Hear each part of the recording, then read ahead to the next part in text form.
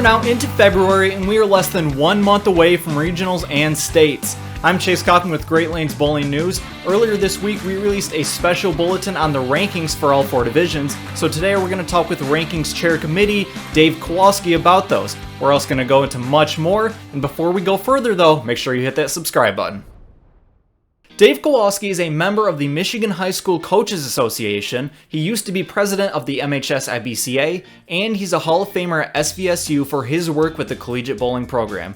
Dave is in charge of the polls, and I got to ask him some questions about the process. So Dave, thanks for being here with us. So starting with the polls, you guys have a ton of different teams over the state. So how important is it for coaches to get information into you guys so the polls can properly be done?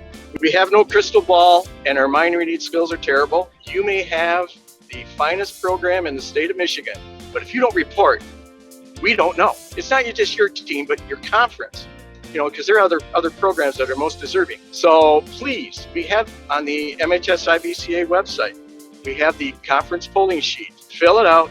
Turn it in to the respective guy that's doing each division or myself. We will make sure to consider your program. We only ask for 3 things: 1 loss record, team average, Baker average. And then we always have a little summary at the bottom of the page that states, who do you feel should be considered for rankings? How did you do in tournaments? Do you have a D4 school bowling with D2 and D1 programs? It's a 500 program. They deserve consideration. That's the best I can give you. If you don't report, we do not know. So give me a little bit of insight on how you actually got started with high school bowling. My son is, let's just say, has no filter for a mouth. And he said, "Geez, Dad, coach we have only averages 160. He needs help." And I went, "Yeah, but I'm not, no, I'll ask him." Oh my God. Well, that was in 2000. So Craig Block, God rest his soul, said, "Yeah, I'll take some help." And the rest is history. It was almost like if you watch Star Trek and the Next Generation, Picard is the, captain, and then you had his number 1. Well, I was his number 1. Chase, I had the greatest job in high school bowling. I didn't have to deal with parents. I didn't have to deal with grades. All I had to do was coach. So I know you got into the high school sport when it was pretty much in its infant stage. So if anybody, who are some other people that have kind of made this high school sport into what it is today? Ron Tomasoni, who is the godfather of high school bowling. Every youngster, athlete, coach, athletic administrator owes their heart and soul when it comes to high school bowling to Ron Tomasoni. Here was a man that ran a small little bowling center up in Iron Mountain, who was willing to travel throughout the state. Iron Mountain is not 5 minutes from anywhere. It's more like 8 hours. He would go to any meeting anywhere and preach how high school bowling should be recognized in the high schools as a legitimate varsity sport. And if it wasn't for Harry Berkey, Ron Tomasoni, Scott Bennett from the Bowling Proprietors Association, and Matt Ferrito from the Detroit Free Press, we wouldn't be where we are today. Mm-hmm. All we did was pick up the mantle and carry it from what these folks had the foresight to create and establish for us. So one of my favorite tournaments is actually one that you ran, the one at Monitor Lanes that's usually held in December. So that was one of the first tournaments that actually started in high school bowling. So tell us a little bit about that tournament and how it came about. We started that one back in 2005, along with, I think Rick came on board from the Western Baker's Dozen. The next year. We wanted to create an event for the Glen Holiday Tournament, make it an invitational. Let's invite the best of the best. Create a format that was fun. It was just like the regional format where we do 6 Baker, 3 team, but we would flip it. We did the 3 team first so we could honor a top 7 all tournament team. And then we do our 6 Baker. And we did 6 Baker and we threw out the worst Baker score. Well, when we cut, we basically did a best 2 out of 3. We cut the top 16 each division, boys and girls. How can we play with this? How can we have some fun with this? So what we ended up doing, like the last 8 years, we would cut best 2 out of 3, match play. And then we decided to do a step ladder. Mm-hmm. And it was the best thing we ever did. First 2 rounds, if you're seeded 3rd or 4th, we have a 1-game Baker shootout. Once they advance to the finals, we do a best 2 out of 3 Baker, just like the first 2 rounds of match play. Is there anything you kind of want to let the parents, coaches, and bowlers know specifically about the polls itself? Don't yell at us. We're doing the best we can. But again, if you're relying on someone else to turn in the information, and we get it all the time, well, I thought so-and-so was doing it. Take the responsibility. Send us a conference polling sheet with probably the best 2 girls teams, the best 2 boys teams you have in your conference that deserve consideration. You know, we're not going to guarantee that you send us in that your team's going to be ranked, but we're definitely going to look at it. And please put how your teams did in tournaments. You travel to a tournament, you're going into a different environment other than a conference match. And we consider that. So yes, please, communication information is the only way we can put polls together.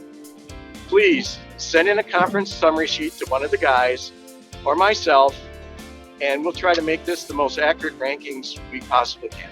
The next poll will be released on February 19th, so if you didn't send in the required forms to be considered for this poll, be sure to do so soon so you can be considered for the next one. Before we get to the results in the upcoming tournaments, everyone here at Great Lanes Bowling News would like to congratulate Keith McLeod of Livonia Franklin for signing with Madonna University. Keith will be majoring in exercise and sports science. Congratulations, Keith, on becoming a Crusader. We wish you the best of luck for the rest of this season as well as the next few years. GLBN also wants to recognize Shane Gagnon of Davison High School for committing to Trine University. A 4-year varsity member and 3-time first-team All-Saginaw Valley Conference member, Shane Gagnon, also known as G Onion, will be majoring in computer engineering. Congratulations to Shane and good luck to him as well. We also have an honor score to announce. We've seen him in recent videos. David Shaberg of Holt High School shot a 300 in his match on January 28th. He'll become a Cardinal of Concordia this fall. Let's take a look at the final shot.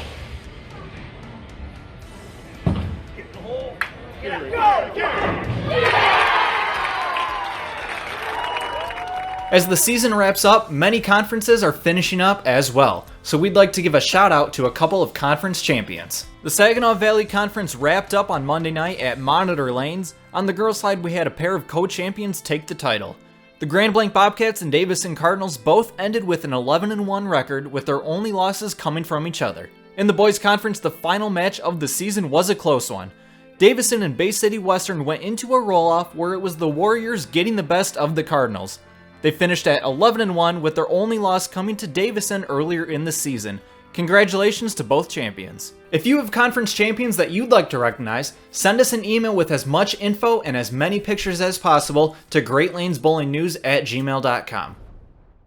And now, as we always do, let's take a look at some tournament results over the past couple weeks. Starting with the Tri-County Invite at 5-star lanes on the boys' side, after the number 2 ranked team in Division 1, Livonia Franklin, qualified first, they stormed through the bracket.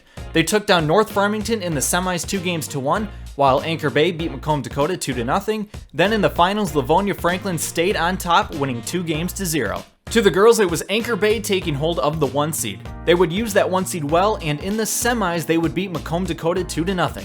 On the other side of the bracket, Utica Stevenson beat North Farmington 2-0, and in the finals, the upset happened with the 6-seed Utica Stevenson taking down 1-seeded Anchor Bay 2-0. On February 5th, the Muskegon Mona Shores Invitational took place, and leading the way individually was Isaiah Waite of Cedar Springs, shooting a .725 for 3 games.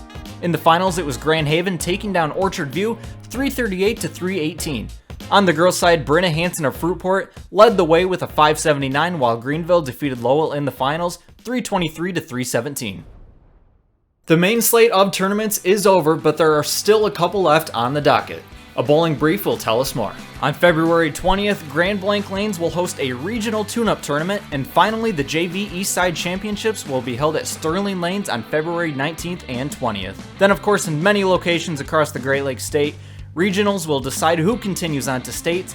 That takes place on March 4th and 5th. That's going to do it for today. Don't forget to send in ranking information so your school has a chance to crack the top 10. We'll be back with another video during the week of regionals, and then we'll be back not long after with regional and state results as well. In the meantime, be sure to go out, get some extra practice, and of course, shoot some 10 pins. I'm Chase Kaufman. Thanks for watching another episode of GLBN. Have a good one.